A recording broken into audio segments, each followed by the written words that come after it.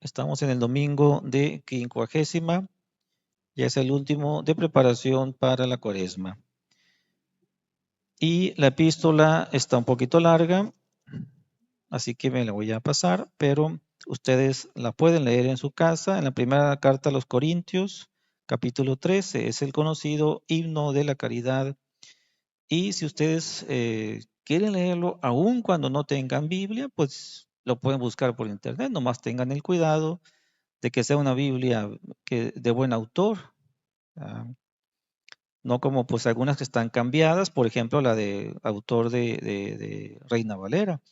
Entonces, pues pueden preguntar o ahí ponemos en avisos parroquiales cuáles son los autores reconocidos que están bien sus traducciones, para que ustedes pues tengan ahí una buena Biblia que puedan consultar. Y en el caso de hoy, pues de leer esa primera carta a los Corintios, capítulo 13. Pasamos al Evangelio. Evangelio según San Lucas. En aquel tiempo tomó Jesús aparte a los 12 apóstoles y les dijo: Mirad que subimos a Jerusalén y se cumplirá todo cuanto escribieron los profetas del Hijo del Hombre, porque será entregado a los gentiles y escarnecido y azotado y escupido. Y después que le hayan azotado, le matarán, y al tercer día resucitará. Ellos, sin embargo, no comprendieron nada de esto. Semejante lenguaje les era desconocido, y no entendían lo que les decía. Y aconteció que, acercándose a Jericó, estaba un ciego sentado a la vera del camino, pidiendo limosna. Al oír el tropel de gente que pasaba, preguntó qué era aquello. Le dijeron que pasaba Jesús Nazareno. Entonces exclamó: Jesús, hijo de David, compadécete de mí. Los que iban delante le increpaban para que callase, mas él gritaba mucho más: Hijo de David, compadécete de mí. Jesús, parándose, mandó que se lo trajesen, y cuando estuvo cerca le preguntó: ¿Qué quieres que te haga? Respondió: Señor, que vea. Y le dijo Jesús: Ve, tu fe te ha salvado. En el mismo instante recobró la vista y le seguía glorificando a Dios. Y al ver este espectáculo todo el pueblo celebró las alabanzas de Dios. En nombre del Padre, y del Hijo, y del Espíritu Santo. Amén. Tomen asiento, por favor.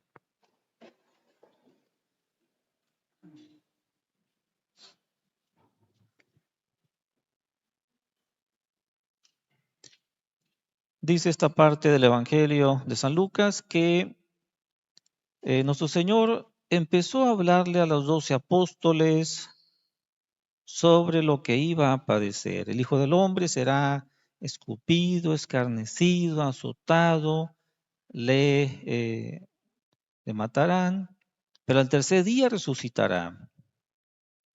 Semejante lenguaje dice que no entendieron los apóstoles. ¿Cómo es que no entendieron?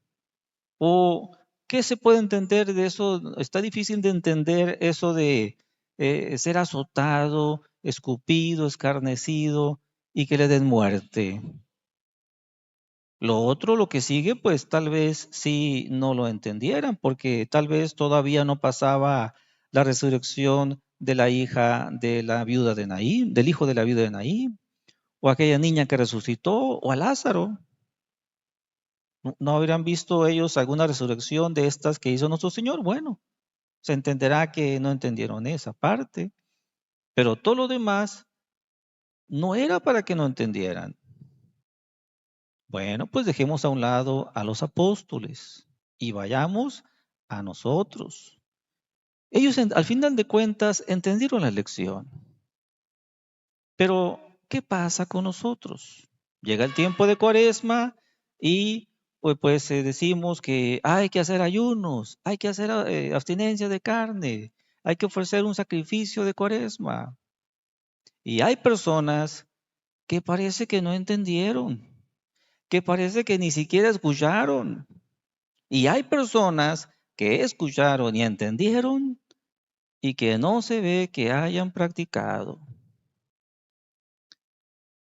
Espero que no sea el caso el de ustedes Y si lo ha sido tiempo atrás, pues que no lo sea de aquí en adelante. Por eso hay que aplicar muy bien el oído y también el entendimiento. Y aún así hay que ver qué es lo que inspira a Dios a cada uno de nuestros corazones. Y seamos generosos, seamos diligentes en llevar a la práctica esas santas inspiraciones, para que no quede en balde lo que hayamos entendido, lo que hayamos pregustado de las lecturas espirituales, de los retiros cuaresmales, de los sermones, de las pláticas, de todas las reflexiones pues que uno hace en tiempo de cuaresma, que no queden en balde todo eso. Pues bien, ¿qué va a pasar el día de hoy? Vamos a hablar un poco sobre esa gran necesidad que tenemos de hacer penitencia, de hacer ayunos. Lo que digamos del ayuno, que todo esto se va a centrar en el ayuno, podemos extenderlo a cualquier mortificación que ofrezcamos en Cuaresma. Y así que el ayuno y cualquier mortificación que hagamos sirva para nosotros para dar satisfacción por nuestros pecados. Que el ayuno y todas las demás mortificaciones que hagamos sirvan para como medicina preventiva. Que el ayuno y las demás mortificaciones que hagamos nos sirvan para recibir más y más gracias. Eso sea lo que pidamos a nuestro Señor y a la Santísima Virgen cuando ayunemos y hagamos demás mortificaciones. El miércoles de ceniza y los viernes siguientes del miércoles de ceniza, pues está esa obligación, ese mandamiento de la iglesia a ayunar y a abstenerse de carnes. Bueno, entonces vamos a ver sobre el ayuno. Vemos a nuestro Señor en el Evangelio, sometido al más riguroso ayuno durante 40 días y 40 noches. Después de su bautismo se va al desierto. ¿Y a qué se va al desierto? A eso, a hacer oración y a ayunar esos 40 días y esas 40 noches. El ayuno ha sido tenido en gran veneración por la iglesia desde los primeros tiempos. Y no ha sido este un ayuno cualquiera, sino extremadamente riguroso. Así, por ejemplo, dice San Clemente Romano, nada más y nada menos que el sucesor de San Pedro, el que le siguió inmediatamente a San Pedro, que ordena ayunar todos los miércoles y viernes del año. Todos los miércoles y todos los viernes del año.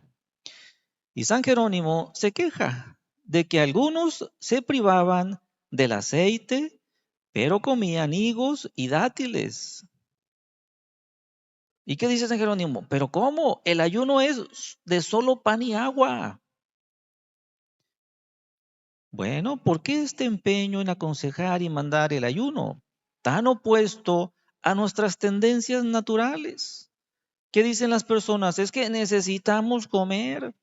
Y luego todavía algunos bribones dicen, es que necesitamos comer pizza, necesitamos comer hamburguesas. El ayuno es es práctica racional y lo diremos con Santo Tomás de Aquino.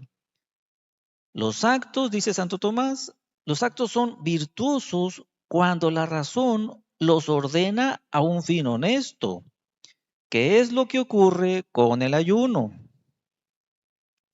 Esta misma razón lo imperaba muchas veces en el aspecto puramente médico, para recuperar la salud o evitar la enfermedad.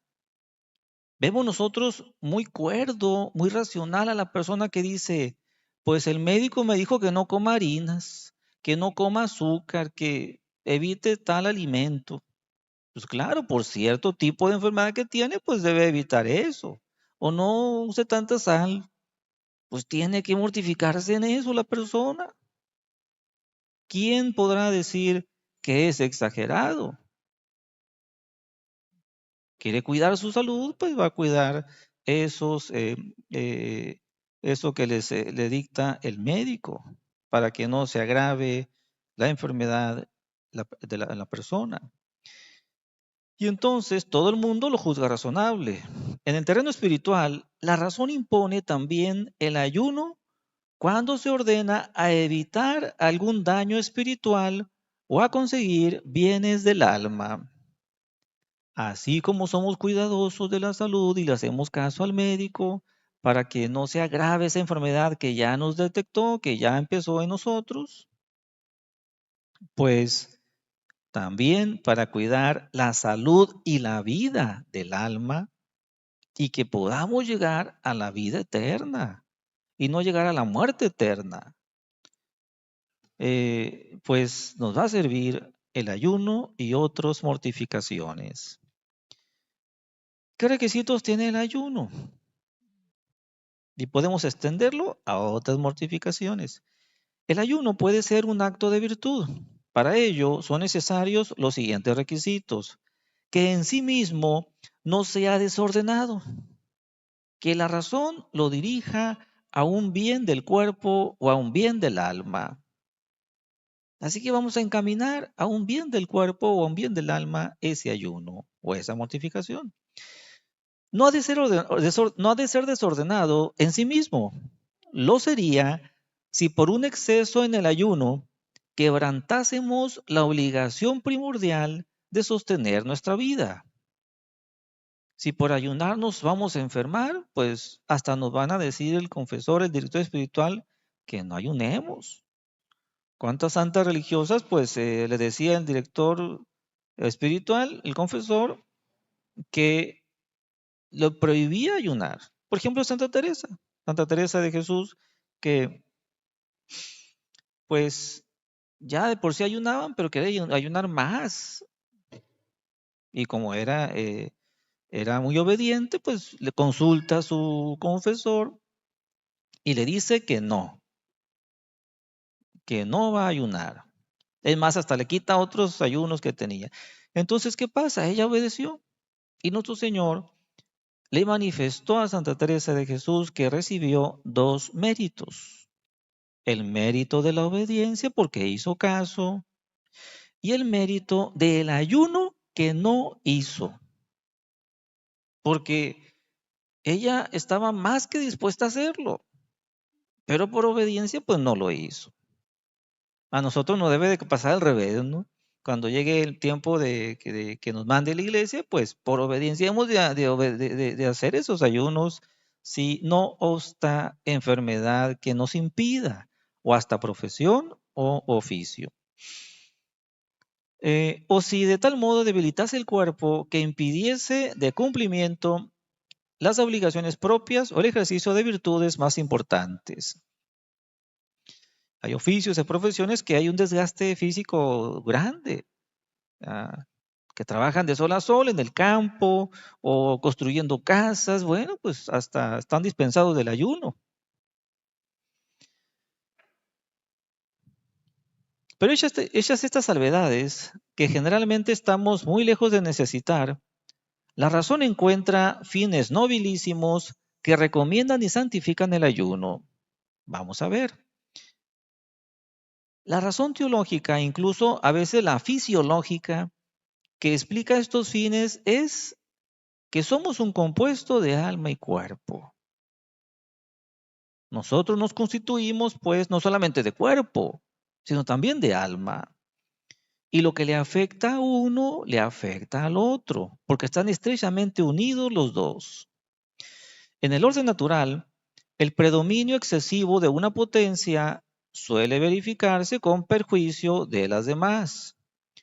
Un caso concreto lo tenemos en el perezoso, por ejemplo. Dedicado exclusivamente al descanso, suelen ser de entendimiento infantil, porque pues no ejercitan su entendimiento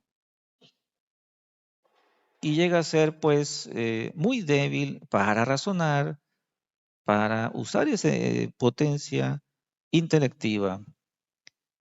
Por lo tanto, un predominio absorbente del cuerpo excesivamente alimentado redunda siempre en perjuicio de las facultades del alma. En el orden sobrenatural, dos experiencias se imponen. Las pasiones y el alma están en lucha constante. O en palabras de San Pablo, ¿no? Siento la ley de la carne contra la ley del espíritu. Esa lucha interior que sentía San Pablo y así la expresaba, ¿cuántos de nosotros la hemos experimentado? Muchas veces. El modo de dominar las pasiones es dominar al cuerpo, debilitarlo con discreción y robustecer la voluntad mediante la mortificación. Ahí está pues la necesidad que tenemos de hacer mortificación. La mayoría de los pecados se deben a que abandonamos a Dios por inclinarnos a los pecados materiales. De estas razones se derivan fácilmente los fines que santifican el ayuno. Y así lo dice San Basilio. El ayuno doma las pasiones. Andamos batallando con alguna pasión que anda ahí desordenada y por lo mismo anda desordenando nuestra vida. Pues ayunemos. El ayuno doma las pasiones. Como dice San Pablo, castigo mi cuerpo y lo esclavizo, no sea que resulte yo descalificado. ¿Por qué juzgaba necesario San Pablo el castigo de su cuerpo para poder vencer en la carrera del espíritu?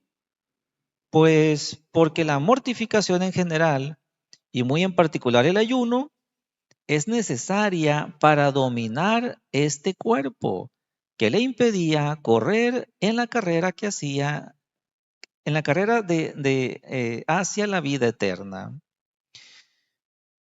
El alma fue creada como señora y el pecado la esclavizó al cuerpo. Ahí hay un desorden. O sea que el que manda es la boca, el gusto, la lengua, el ojo, la mano, y no el entendimiento, la recta razón, la voluntad, las potencias superiores. Entonces hay que restaurar ese orden. El ayuno, domando al cuerpo, restablece la debida jerarquía. La demasiada excitación corpórea provocada por la falta de templanza es moderada por el ayuno. Como decía San Jerónimo, sin Ceres y sin Baco se enfría Venus, haciendo referencia a él pues de unas dioses paganos que representaban unos pues la fiesta y el jolgorio y el otro el vino y el otro los placeres venéreos. Sin Ceres y sin Baco se enfría Venus. ¿Qué le pasó a Sansón? Astemio y cumpliendo la ley del nazareato, en el que no han de tomar ni una sola gota de bebidas embriagantes, con la ley del nazareato. Y Dios le daba una fortaleza terrible, que era el terror de los filisteos. Pero dominado por el vino y el placer, pues cayó en manos de Dalila. Las penitencias de San Jerónimo y de otros muchos santos, cuando sentían el aguijón de la tentación, son claro ejemplo de que nosotros que pues somos menos que un San Jerónimo u otros santos, pues si ellos lo usaron como remedio a las tentaciones, pues nos dieron ejemplo para que nosotros también venzamos de esa manera nuestras tentaciones. El ayuno previene frente a los ataques de la pasión. Al debilitar el cuerpo por el ayuno realizado con estos fines, se robustece la voluntad y robustecida esta, se perfecciona el alma y se atrae un contingente mayor de gracia. Llegamos a hacer esto y pues Dios va a multiplicar las gracias que nos otorga, pues gracias a esto. en que somos fieles en lo poco y Él nos da a que podamos ser fieles en lo mucho. De aquí como consecuencia se siga un debilitamiento de las tentaciones y un acrecentamiento de fuerzas para vencer sus embates. Nos quejamos que son muy fuertes o muy frecuentes las tentaciones. Pues aquí tenemos un remedio. Acudamos a él. Dice San Ambrosio, el hambre es amiga de la virginidad y enemiga de la lujuria. La hartura disminuye la castidad y vigoriza la sensualidad. San Ambrosio Magno. De la abstinencia nacen los pensamientos castos, los deseos razonables, los consejos saludables. A la vez que por medio de la aflicción voluntaria muere la concupiscencia de la carne y se renueva el alma llenándose de virtudes. Esto nos lo dice San León Magno. En cierta ocasión, y cuando los apóstoles no podían arrojar un demonio, el Señor les dijo, esta especie de demonios no puede ser lanzada sino por la oración y los ayunos. Pues bien, no hay por qué restringir la observación del Señor a ciertos casos de posesión. Puede y debe extenderse a las tentaciones más fuertes provocadas por el demonio. Así nos lo demuestran los santos que recurrían a la oración y al ayuno para vencer en ellas. ¿Qué otra ventaja nos trae el ayuno y otras mortificaciones? Pues que el ayuno satisface y aplaca a Dios. Con relación a nuestros pecados, el ayuno nos alcanza el perdón de Dios. Es predicación constante de los profetas, es práctica de la iglesia en tiempos cuaresmales y de misión. La antigua disciplina penitencial exigía el ayuno más riguroso para granjearse la absolución. Y así, por ejemplo, por el profeta Joel, vean ustedes lo que les dijo a su pueblo escogido. Grande es el día de Yahvé, sobremanera terrible. ¿Quién lo podrá sufrir? Por eso, ahora dice Yahvé, convertíos a mí de todo corazón, en ayuno, llanto y gemido, y convertíos a vuestro Dios, que es clemente y misericordioso. Tocad la trompeta en Sión, promulgad el ayuno. Entonces Yahvé, encendido en celo por su tierra, perdonó a su pueblo. Eso lo dijo en tiempos del profeta Joel. La razón teológica es sencilla. Pecamos por buscar los placeres y con el ayuno demostraremos a Dios nuestra buena voluntad, abrazándonos al sufrimiento incluido en aquel. ¿Qué otra ventaja nos tiene el ayuno? Que detiene los castigos de Dios. Los caminos de Dios no son más que dos, o la justicia o la misericordia. Procurando nosotros la justicia o la misericordia, nosotros la justicia sobre nosotros mismos, alcanzaremos la misericordia de Dios. El ejemplo ahí está, de los ninivitas. ¿Qué fue lo que pasó con este pueblo? Estaba nuestro Señor a punto de castigarlo por tantos pecados que clamaban al cielo. Pero les dio oportunidad. Mandó al profeta Jonás para que les predicara que si no se convertían y hacían penitencia, los iba a castigar. Entonces él pasó por toda esa región predicando esto que Dios les mandó. ¿Y ellos acaso hicieron oídos sordos a las palabras de Jonás? ¿Acaso no entendieron? Claro que entendieron.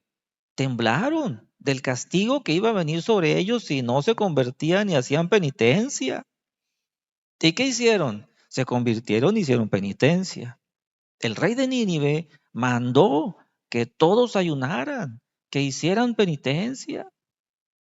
Pasado un tiempo, Dios le dijo a Jonás que perdonó a ese pueblo.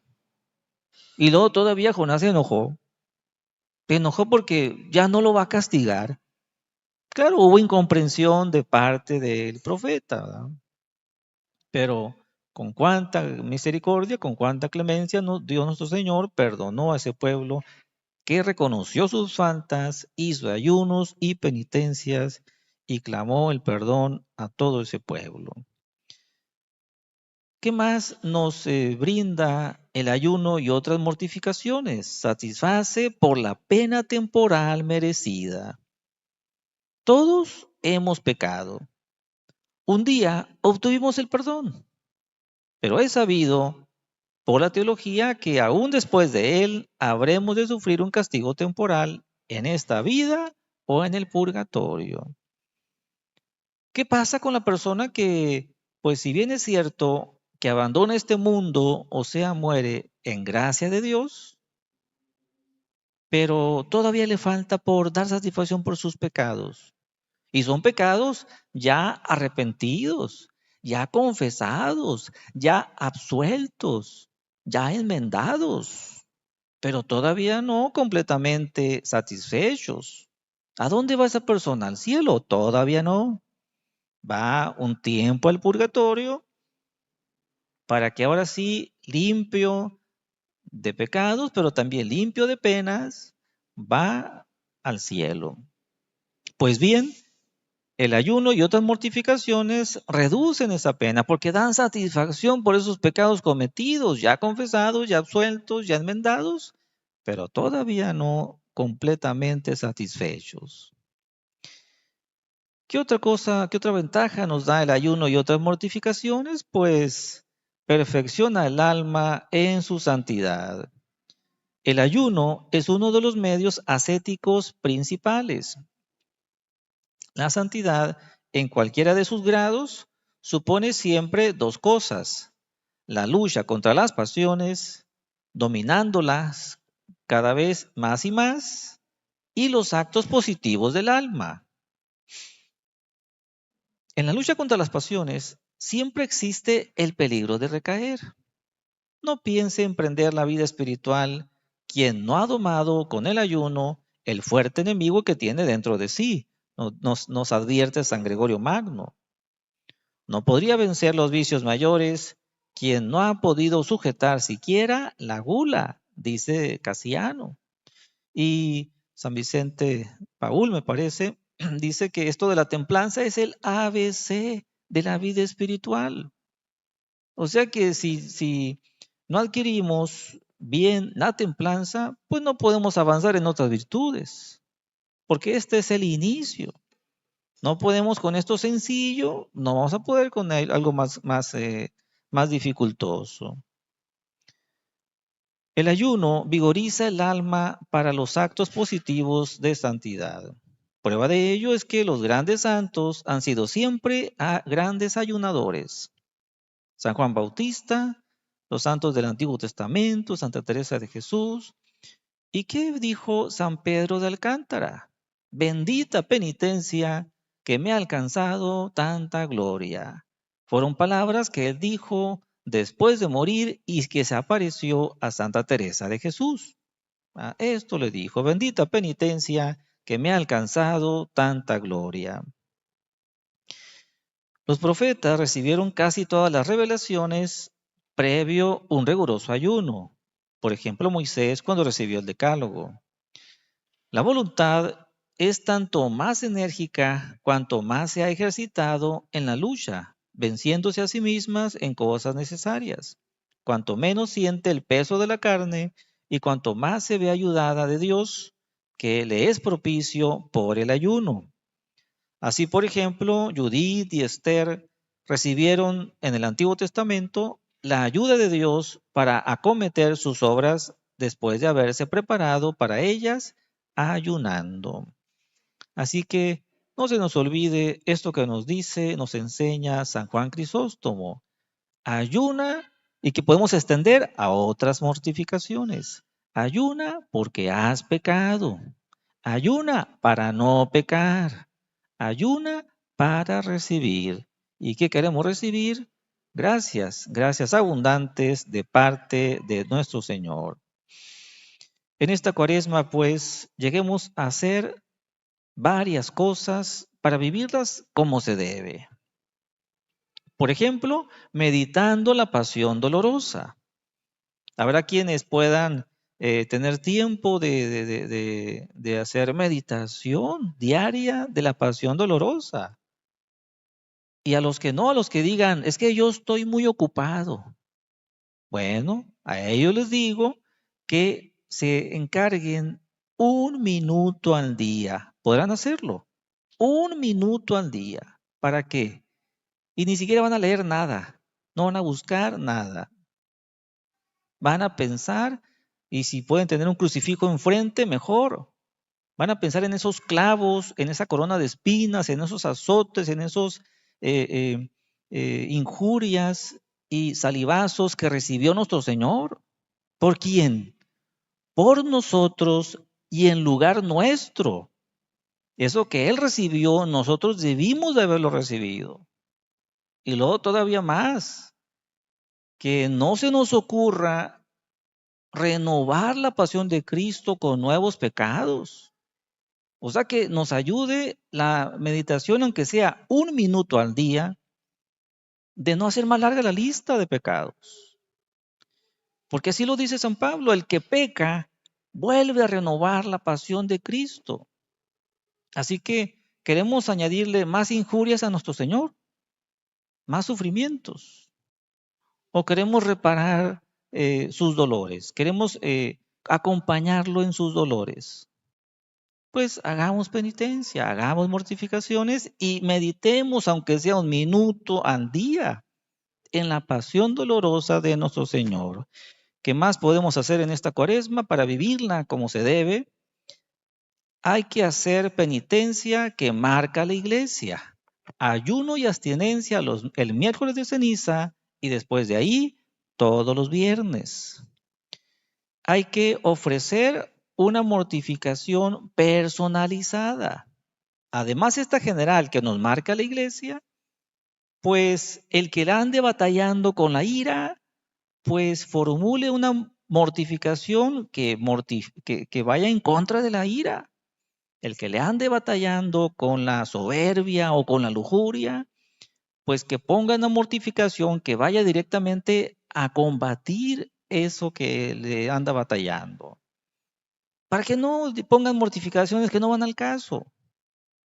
Que si bien son buenas, no van al caso porque no son personalizadas. No lo necesita tanto la persona.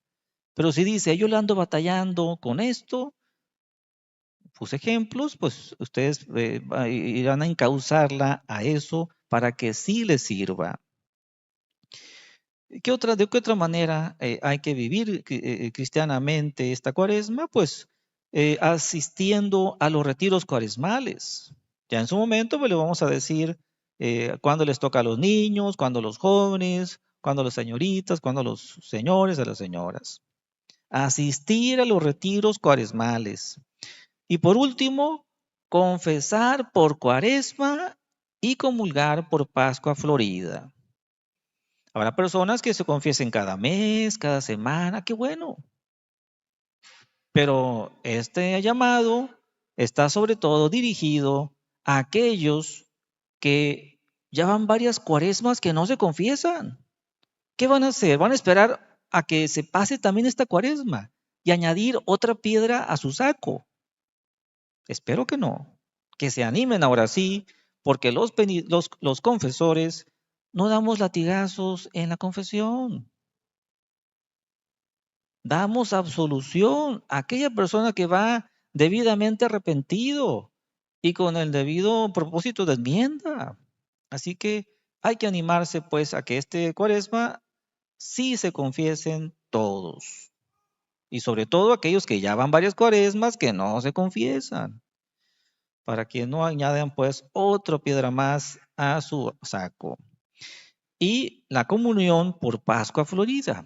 Y así de esa manera pues todos podamos vivir cristianamente este santo tiempo que ya en unos días iniciamos. Que Dios nuestro Señor pues y la Santísima Virgen María nos ayuden, nos socorran a llegar a ser muy generosos en nuestras penitencias y nuestras mortificaciones que hagamos en la Cuaresma. Así sea. En nombre del Padre, y del Hijo, y del Espíritu Santo. Amén.